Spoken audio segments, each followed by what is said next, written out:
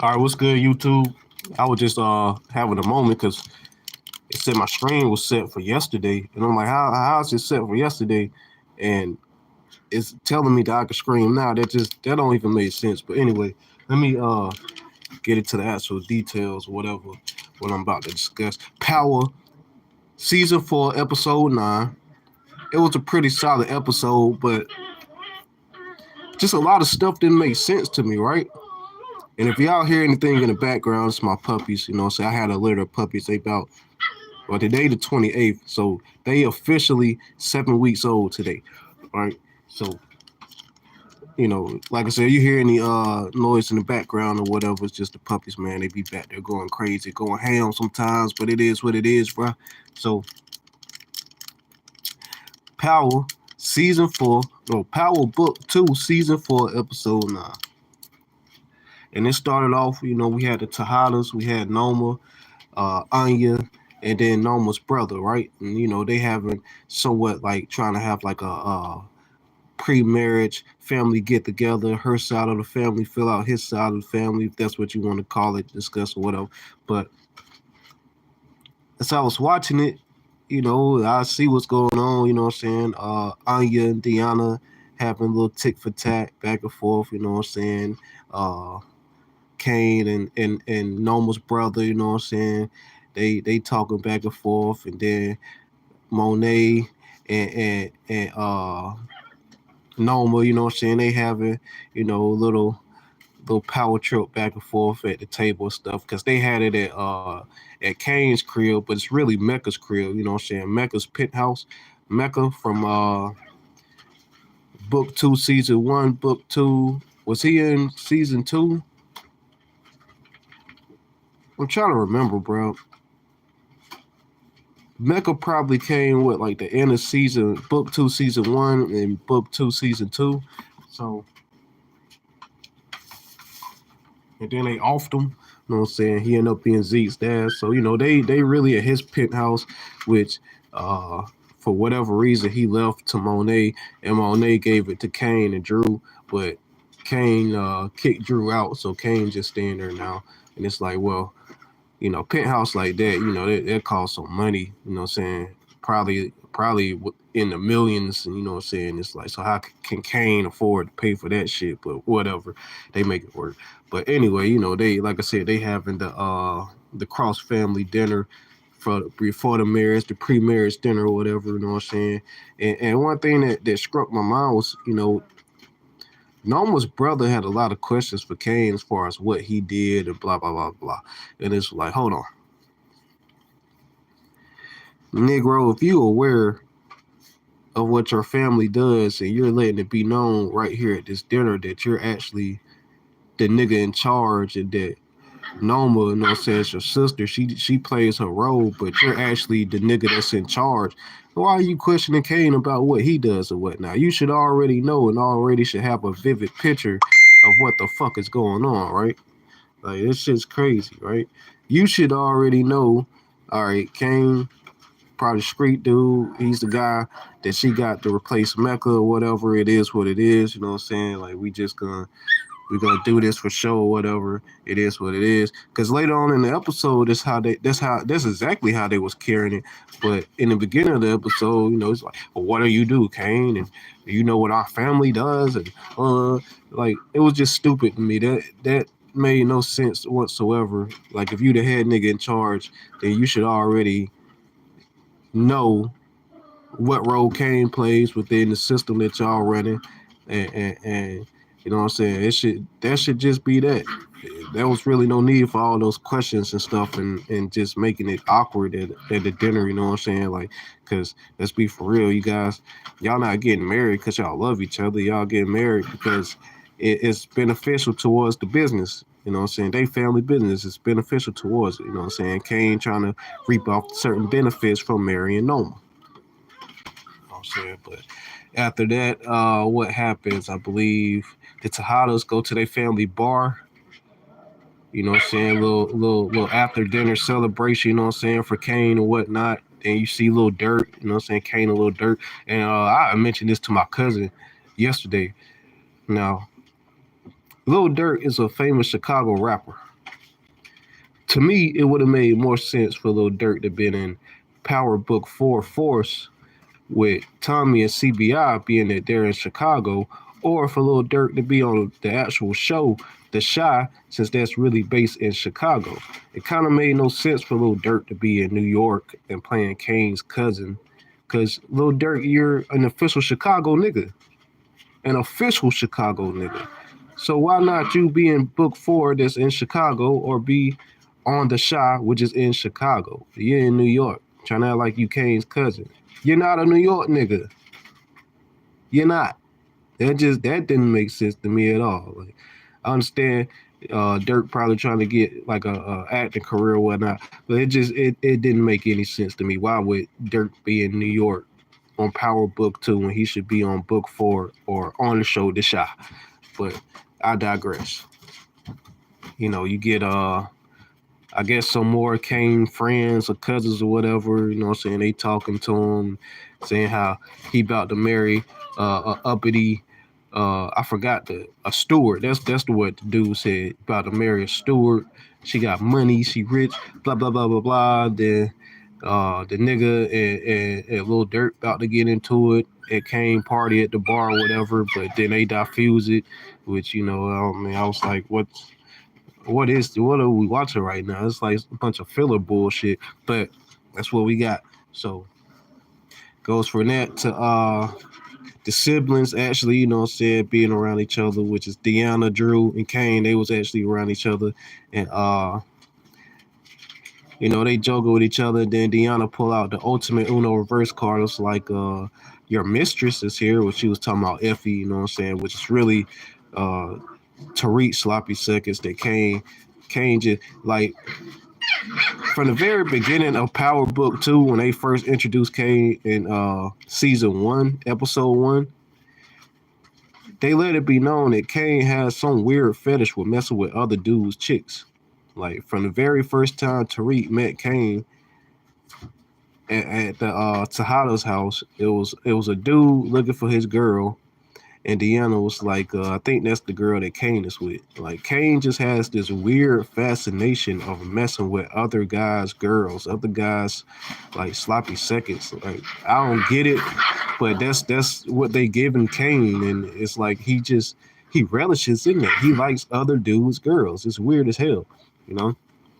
Noma is Mecca's ex-fiance / baby mama, but at the same time, Mecca is Zeke's dad, which is Monet's baby daddy. Like you're marrying your older brother, dad's baby mama / fiance, ex-fiance.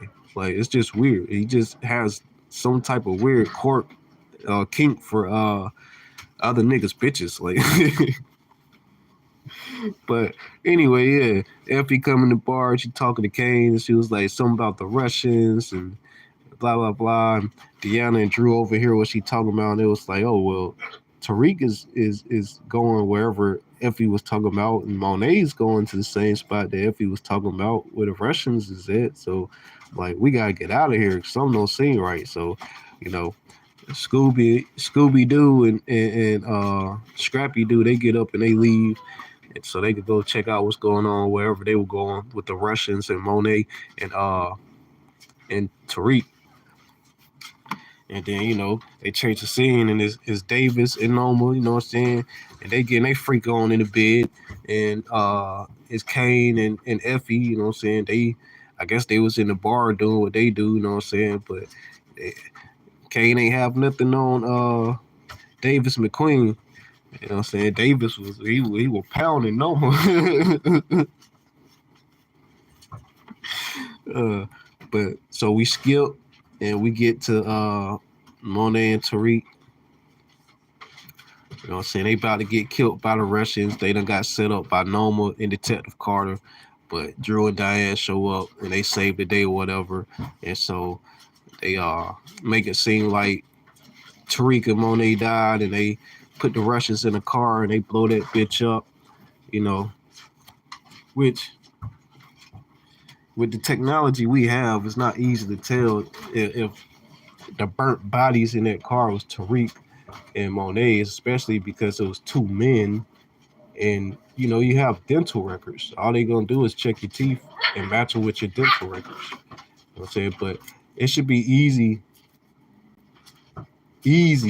for like for the the people in the FBI. What is it? The CSI, CIA, whatever the fuck it is. It should be easy for them to figure out that one of those bodies isn't a female. But they just try to play it off like, you know, Monet and Tariq died in that fire when they actually didn't. They the ones that set the Russians on fire and whatnot. And so pretty much it goes from that to Detective Carter and Noma pretty much having a discussion about making sure that Monet and Tariq is dead, and Detective Carter telling Noma like, I don't work for you, bitch. I don't work for you, ho. I don't work for your motherfucking ass. That ain't how I go. You ain't the boss in this situation. I'm the boss. You know what I'm saying? She's like, well, we just need to make sure they're dead. So anyway, uh, the wedding's coming up, and so Tariq and Monet they come up with a plan, pretty much how to ambush Carter wherever he's gonna be at, which is a church that he always goes to, and then it was gonna ambush Noma and try to off they ops, you know what I'm saying, to get them out the power circle. But that ain't what happened. And what ended up happening is Tariq had to get Braden and Effie, uh, Braden to have his back as his boy, and Effie to like the cameras clear so Tariq could do what he was gonna do inside that church as far as popping down Detective Carter. But Tariq just did way too much talking. Like he got the up on Detective Carter, but he did way too much talking, and Carter was able to get the gun off of Tariq and put the gun on Tariq. And I was like, man, see, Tariq, if you just would have went on ahead and shot that nigga, it's like you thinking everybody's your dad. They just gonna sit there and look at you and let you talk and blah. Like all that talking unnecessary, bro. Sometimes you gonna pop a nigga, you go ahead and pop a nigga, bro. Just pop his ass, bang. But like I said, they did way too much talking and shit. So, goddamn, what happened after that? Oh yeah. So, Detective Carter ended up calling Noma, and she gets the drop that Tariq and Monet aren't dead. And so, at the wedding, she gets pretty much her family, her team of security and shit to get all the Kane family members about that bitch. And she asked Kane, like, you got to make a decision. And Kane's confused, like, what are you talking about? But then he see all his peoples getting forced out the building. And next thing you know, she got Kane in like a back room tied up and shit, telling like he got to choose between her and his mom. And I'm like, well, damn, I could have sworn y'all get married was him choosing between you and his mom. But okay, all right, whatever the fuck. Like, y'all forcing us to watch it. So this is what's happening. So, long story short, Monet turn up in the gangster mode. They start playing that Tupac Hail Mary. Monet coming that bitch. She's shooting at everybody. Bow, bow, bow, bow. Bow, bow, bow, bow, bow, bow, bow, bow, bow, bow. Bitch, I'm busting them. So, hot damn. Kane's tied up. He's seeing it all go down. Then they let Monet go out in a blaze of glory. You know what I'm saying? She come around the corner shooting, busting two guns at the same time. Bow, bow. But she gets shot. She eat a couple bullets. She fall. Kane had to watch her, fall and die. And he's like, Mom, no. Oh, no. But it's too late. You know what I'm saying? She done got hit. She done got popped. There she gone. You know what I'm saying? And that was like the biggest build up of the episode, Monet's death. You know what I'm saying? I don't think anybody really wanted to see Monet die, but Monet finally done got popped and she did. I mean, she got shot the last season, but she really did this time. Like Tasha popped the ass, but ain't kill her. But Noma and her people's done killed Monet, so she gone. And now it's like, the Tejada children are fatherless and motherless. They just some bastards out here in New York City with no real direction or way to go. And and Tariq, he he got away from Detective Carter because Braden and Effie made Carter wreck his car or whatnot. And I'm not sure if they tied the nigga up or whatever, but I know Carter was pretty fucked up once they show him outside of the car. But if it was me, I would have tied his ass up and threw him in the trunk. But I digress. You know, like I said, the biggest build up was Monet's death. You know, that was like the most action-packed scene of it. But besides that, to me, I mean, it was, you know, episode 9 was pretty fucking mid. You know, see, you can't sell me cheap cheese and tell me that it's sharp cheddar. You know, I know the difference. But the episode was pretty mid. The only thing that was pretty good in the episode was the ending with Monet. Too bad she had to die. She got taken out though. You know what I'm saying? Like, damn, had smoked one for my bitch Monet.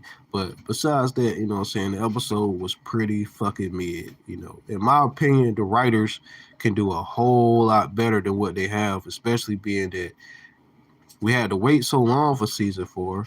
Then when season 4 does get here, they show us what, like 5 episodes. Then they go on a mid episode or mid season break. Then they bring it back, and it's still slow pace, slow tempo. And I believe this is the last season, and pretty much all we've been getting is just garbage ass writing.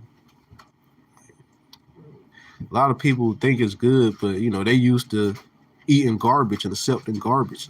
I don't, you know, I know the difference between trash and some good ass food. I know the difference between a rock that's been spray painted gold and an actual gold nugget. And this shit ain't a gold nugget. They've been giving us just trash and expect the people to like it. Cheap cheese, and people been eating that cheap cheese up. But I ain't one of those folks. I ain't sleep on woke. I'm not an NPC. That's just my opinion, my take. The episode was mid as fuck. The writers could do a whole lot better. When I say a whole lot better, I mean a whole lot better. If you watch book four is like book 4 and book 1 to me is like some of the best just because of how logical certain shit is, you know what I'm saying? Like certain shit just makes sense. It's like, yeah, Ghost would do that, Tommy would do this. All right, yeah, I can see the moves they making and it makes sense. But book 2 is like some of it's good, and some is like that shit don't even make sense. And book 3 is man, I watch it, but I watch book 3, but I don't really fuck with book 3. If it come on, like I said, I'll watch it, but it's like, man, this shit is just too make believe made up, bro. Like, what the fuck? Like, when is we gonna get to Kanan being Kanan and seeing little Tommy and young Ghost and shit? Like, it's just taking too long. Then the story of like how Kanan said he became him and what his crew did, they were like pretty much they sold dope for his uncle. And it's like they doing everything but selling dope for his uncle. You feel me? Like everything but selling dope for his uncle. But anyway, I digress. Season book 2, season 4, episode 9.